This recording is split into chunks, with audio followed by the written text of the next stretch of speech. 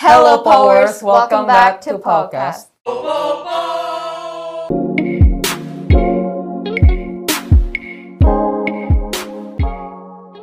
Penabur Our World Podcast. So, this is our second podcast with me, Kiara, and Ray. And today, we will talk about how you feel when you enter a new phase. Now, we have invited our native speaker, Sir Guillermo.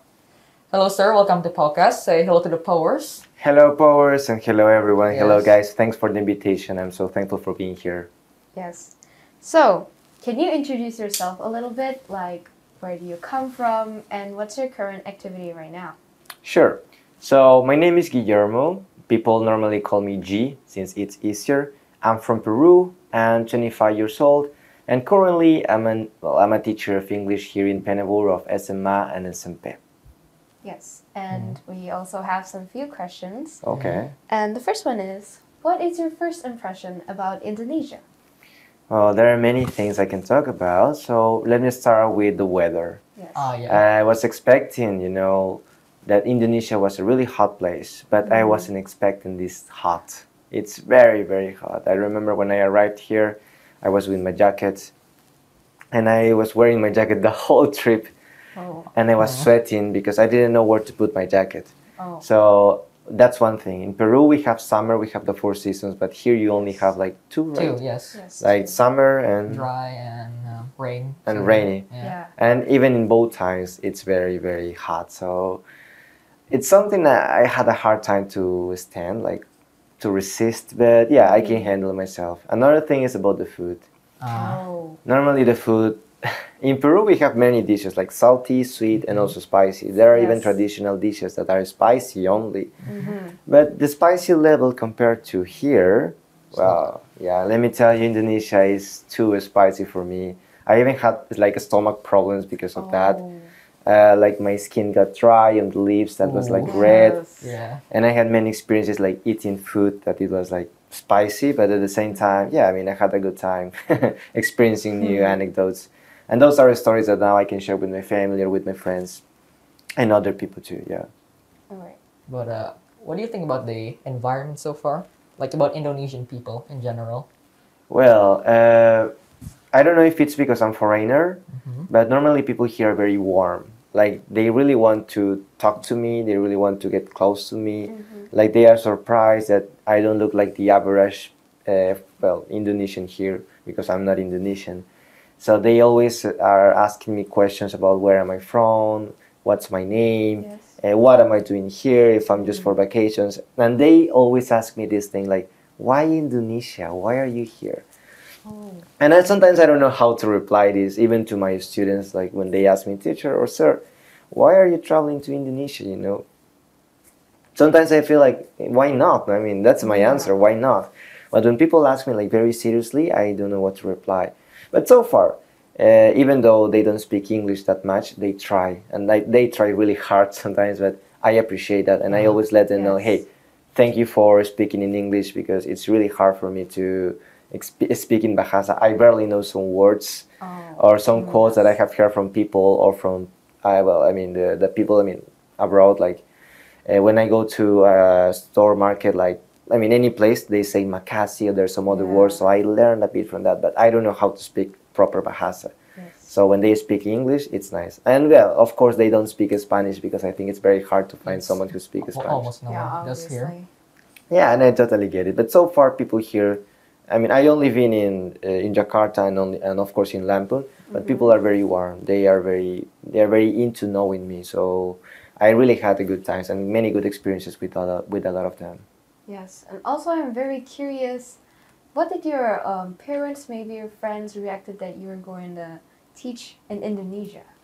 Well, first of all, the first surprise was, okay, you're going abroad to teach. Yes. That was the first surprise. The second surprise was, you're going to teach abroad, but in Indonesia? Like, who knows that country? Because in Peru, since it's like the antipode in the globe from Indonesia, almost the antipode, they think, why so far? Maybe you can go to another place, another country. And I say, yeah, maybe, but that was one of my dreams. Like, not exactly Indonesia. My goal was to go farther, even farther, like the farther place I can go to. And one of the options was Indonesia. So I said, okay, Indonesia looks like a very good place, so let's go there. My parents, my friends were like, are you sure about your decision? And I say, yeah, I mean, you gotta be brave in life, so of course I was sure. Then they were like, but are you sure? Are you for real sure? And I say, yeah, I'm sure. Of course, it was a really sad reaction. Like my family was like, they were crying, my friends too, because they were missing someone in their lives. But that teaches you a lot of things. My friends were like even surprised that I was leaving everything in Peru just to be a teacher. Because I mean, 25 years old, you don't imagine anyone being a teacher. To be honest, there are few people who want to be a teacher, but for real. But that was my dream since I was 21 or 22. So yeah, if you have a dream, you have a goal, you just fight for it, go for that, and reach it. Yes. They were really surprised. They cry a lot, but at the same time, they were happy because I was reaching my goals. Yes. And Peru and Lampung and Indonesia have so many differences. How do you adapt to it? Exactly, Lampung, right? Yes. Well, I've been in Peru like 25 years of my life. My whole life I've been there. Yes. And I've been living in the city, so in the capital city. Yes.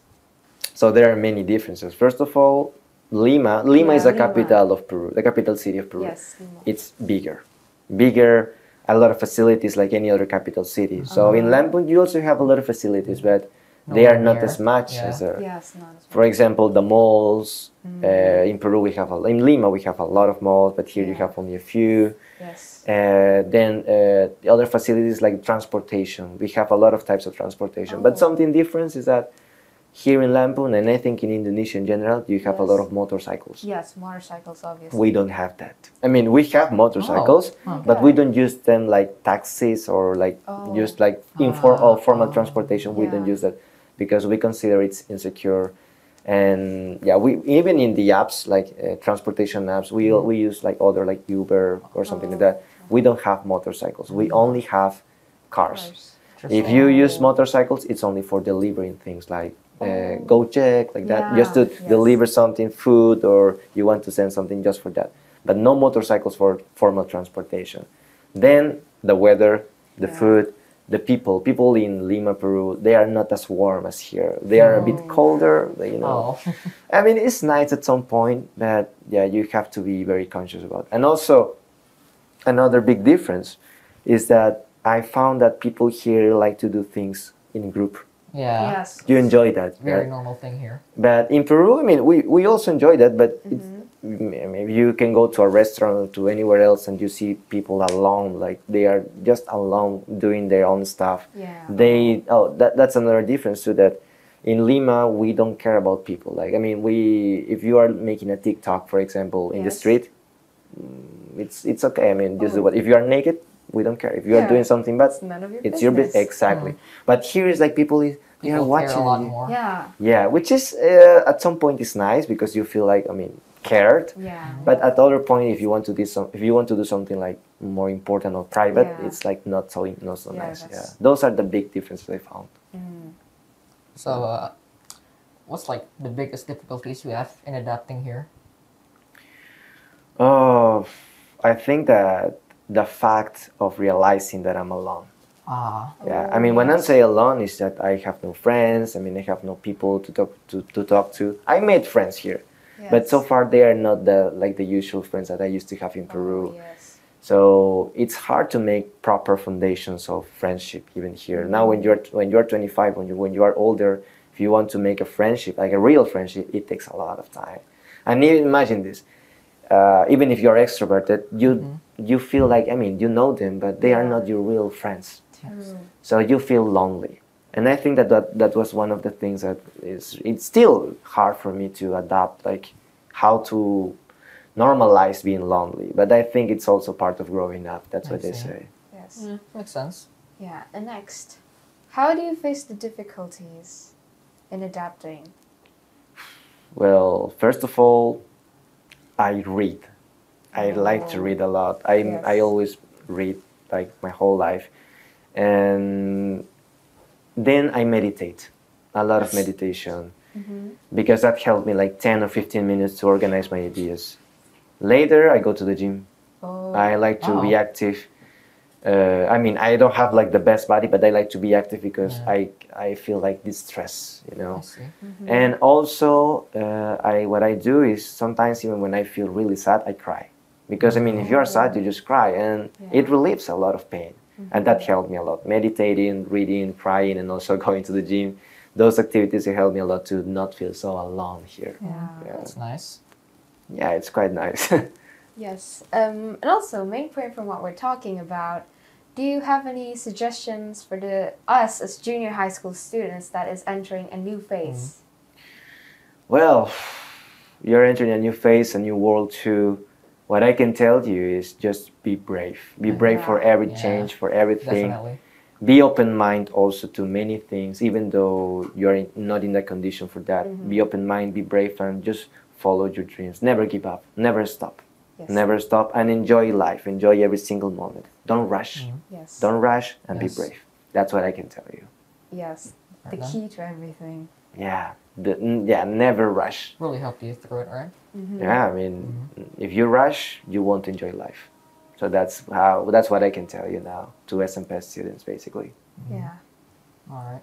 Now, can we do the po po po now? Yeah. Yes. Po, Yeah. right? The Yes. trademark. The trademark, yeah, Yeah. for sure. Okay. I was waiting for that. 1, Two. 2, 3. Three. Po po Po, po, po.